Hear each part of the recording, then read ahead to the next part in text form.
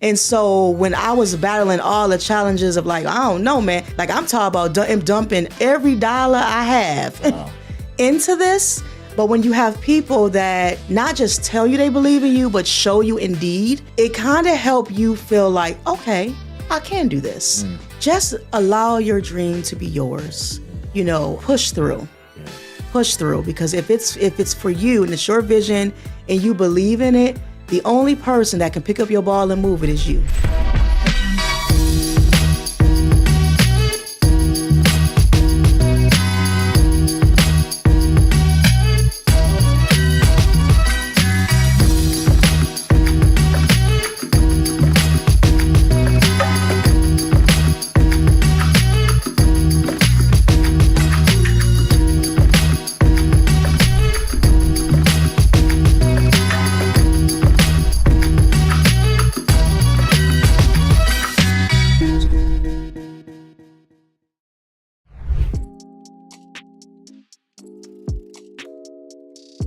Back with another episode of Empower716. I'm your host, Rob Lowry, and this is a podcast dedicated to entrepreneurs, business owners, side hustlers, and career shifters. And so I have the privilege and honor to have the owner of Heaven's Countertop Soul Food Catering Service. Now, this is exciting because I love some soul food, even though I'm really trying to do this lifestyle. I want to call it diet because it's been challenging over the years. I went from here to here, and so, but I've been doing good. And so in our studio today, we have the owner of Heaven's Top Countertop. I want to mess it up. Tye here. Welcome. Thank you. I'm excited, and we go back some years at True Bethel. And so kind of, knowing some of your professional background and to see where you are in 2025, I'm not surprised. Let me just say that. I'm not surprised, but I would say motivated, inspired by your passion, your obviously knowing your faith and your spirit and some of your journey, and your ability to kind of just walk into what God is calling you. So I'm glad to be here, and thank you for having me. Again, I am Tye Pope, and I am the owner of Heaven's Countertop Catering and Diner right now, restaurant. I started, my background is in addictions. I started a career in addictions and mental health. And I had been doing that since 2007, somewhere around there, starting as a peer and really not even knowing that I wanted to do that work, just kind of like oopsed up into that career. But I've always had a passion for cooking. I always, cooked or tried to cook, I should say, because I couldn't cook always, right? So I couldn't cook always. But over the years, it just reminded me of who I was as a kid.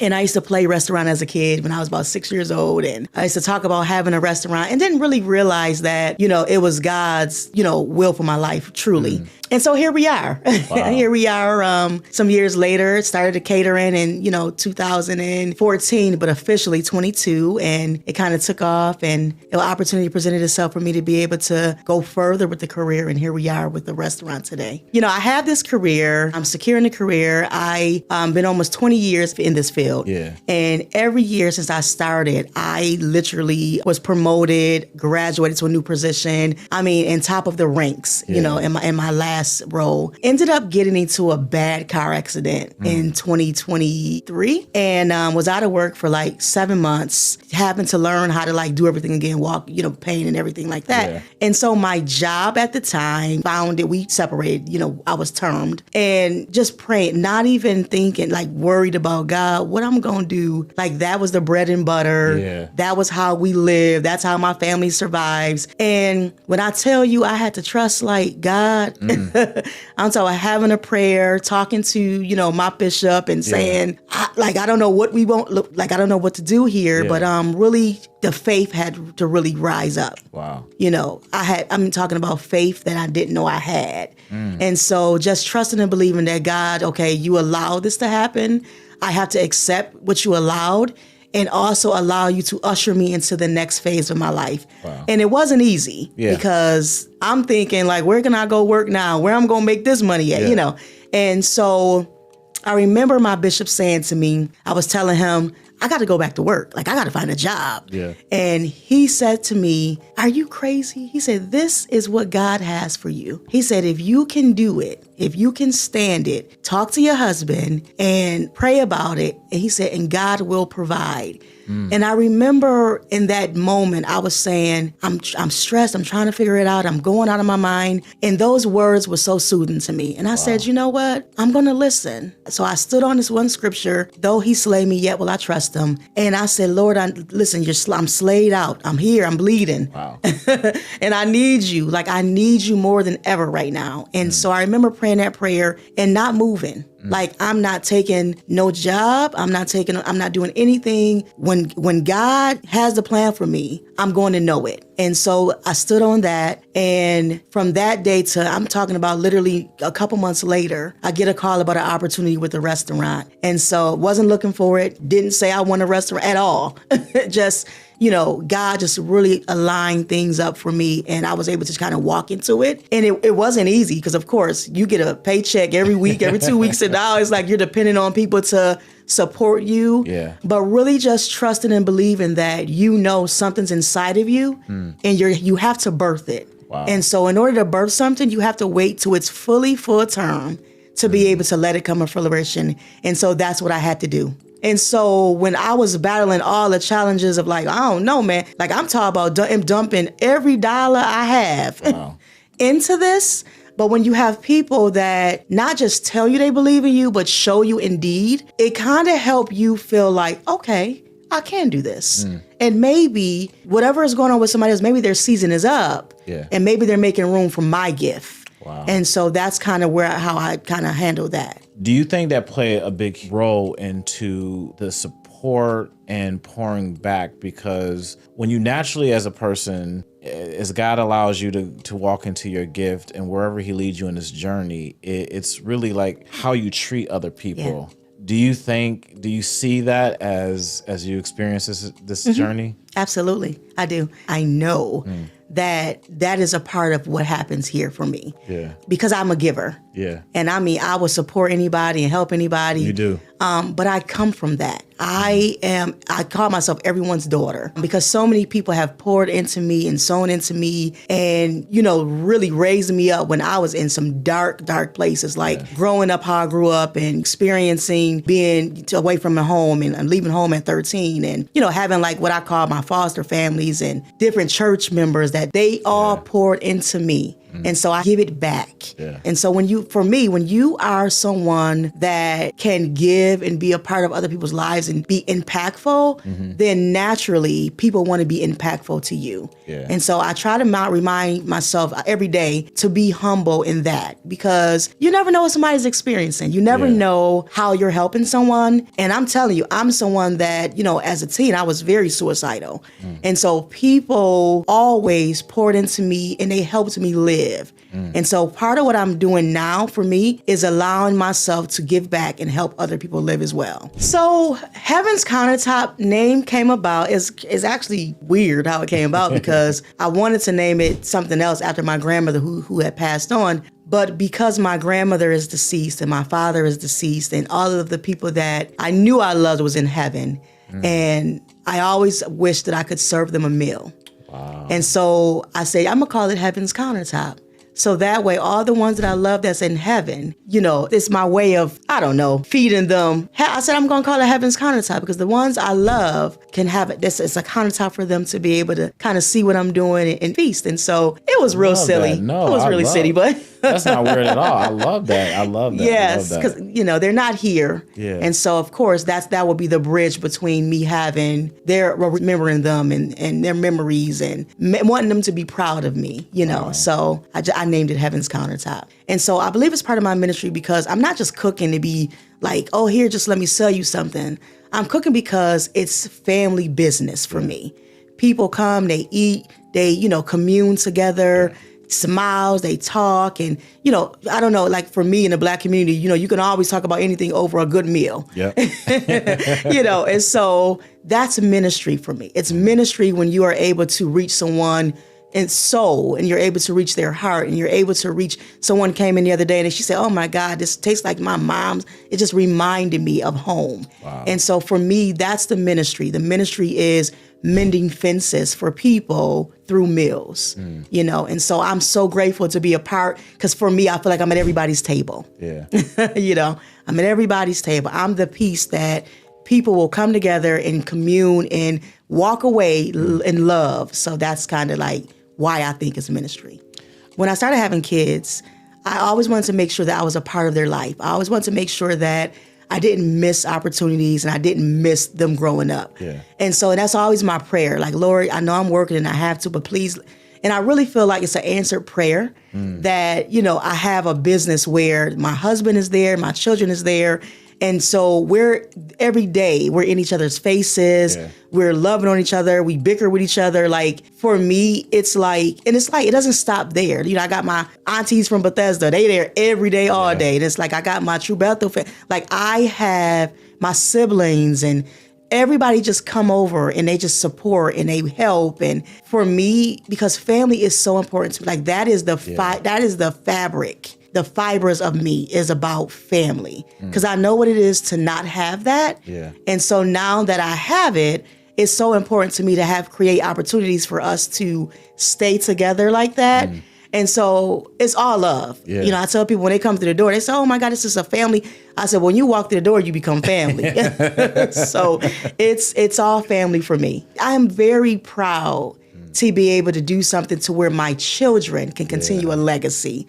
Because I think for me, growing up, it was hard trying to define what the legacy was. And so to be able to be a part of something to where my children understand, like it's clear cut. Yeah. This is the legacy that I'm trying to leave behind for you. And so for me, I'm very, very satisfied and joyous about that. Now you're getting ready to walk into a restaurant, and we talked about the opposition. Why would you start, catering is probably a safe thing and, maybe do something mobile. But now you're walking into, an establishment, and then the location that you selected. So kind of walk us through that transition. And so I still do the catering. Yeah. Like I'm still like catering like every day. Awesome. That's still, working out. But to have the brick and mortar and be able to do it there too. Yeah. For me, it's important that, I just don't do stuff to be doing it. I'm doing it in order. I'm doing it to where, it's professional and it's like, people can see that. And so to be able to have the brick and mortar there to do the catering and the restaurant, it's important. The location was a great location. Like, again, the restaurant owners that had it previous to us left us a wonderful legacy. They really did. Beautiful location, beautiful, well taken care of, beautiful inside. And so I just have to really just come in and bring my spirit, right? And my skills.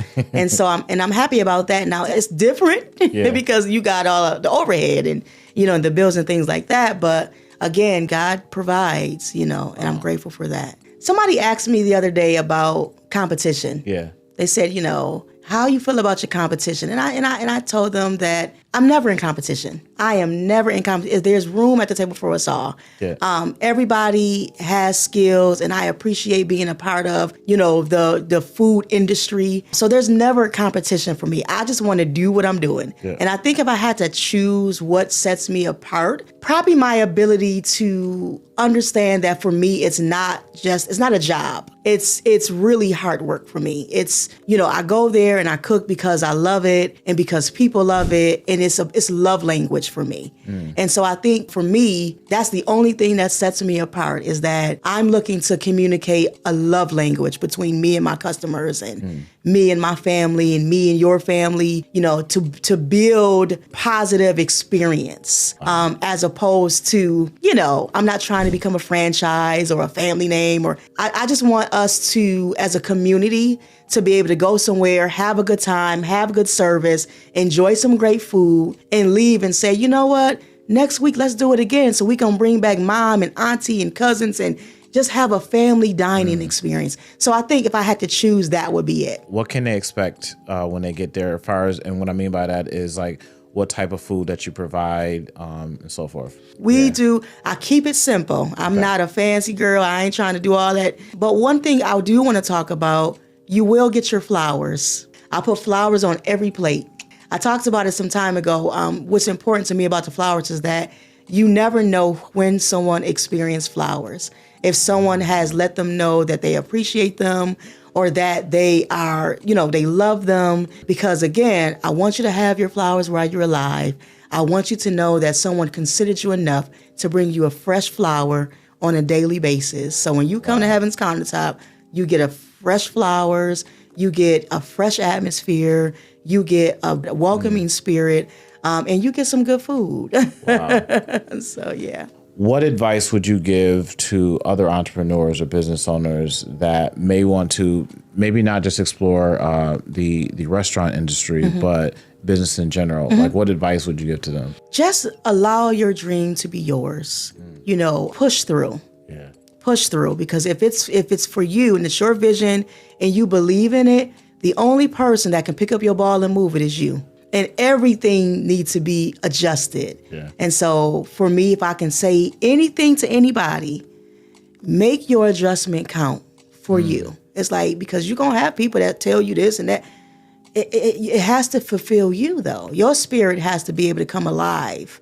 And only you know what's inside of you that makes you feel like you've done the big one, And so prayer, meditation, trust in God, and trust in your leadership. Because I don't do anything without talking to the people that I count on. Like my husband, I talk to my bishop, and some my aunts. Like I talk to people that I'm accountable to.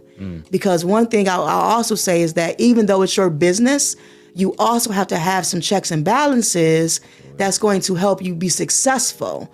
And so I can't do everything I think. I got to run it by somebody and make sure it's a good plan. Take your time. Everything does not have to be a rush. You don't have to be the best of the best. And it's okay to fail forward. The thing is, everything that I like, I'm already doing. Yeah. Everything that I use as self-care, cooking, reading, spending time with my family, I'm already doing. Yeah. And so for me, even though the work is tiring, it's not work to me. It is really, I feel like I'm playing all day long. I feel like I get to real life. I feel like it's an off day and I'm really just showing up, just having a good time all day, because it's what I love. It's what makes my heart smile. Thank you to everybody that supports us, continue to support us, and that's going to stop by the restaurant. I want to thank you for always being supportive and giving those kind words and just believing in me, man. Because I mean, find you people that pour into you if they don't see you but once a year.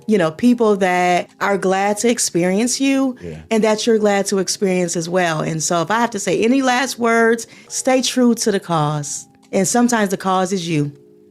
And so thank you so much. I appreciate being here. Oh, thank you. Thank you. Definitely blessed us. Appreciate it. I'm excited to see what God is continually going to do in your business and your family. So I'm always excited every time. I definitely got to stop over there again. And so tell us where you tell us the name and where you're located, and even give your business hours. Yes. So we are Heaven's Countertop Soul Food Restaurant. We are located at 1633 Hurdle, Buffalo, New York, 14216. We are open Wednesday, 4 to 9 p.m. Thursday, we are 9 to 12 for breakfast. And then we break and open back up 4 to 9 p.m. Friday and Saturday, 9 to 12, and then 2 to 9. And then Sunday, we have our brunch, which is 1 p.m. to 3 p.m. And then we do regular menu 3 to 5 p.m. Well, thanks for locking into another episode of Empower716, the podcast dedicated to entrepreneurs, business owners, side hustlers, and career shifters. Thanks for locking into another episode.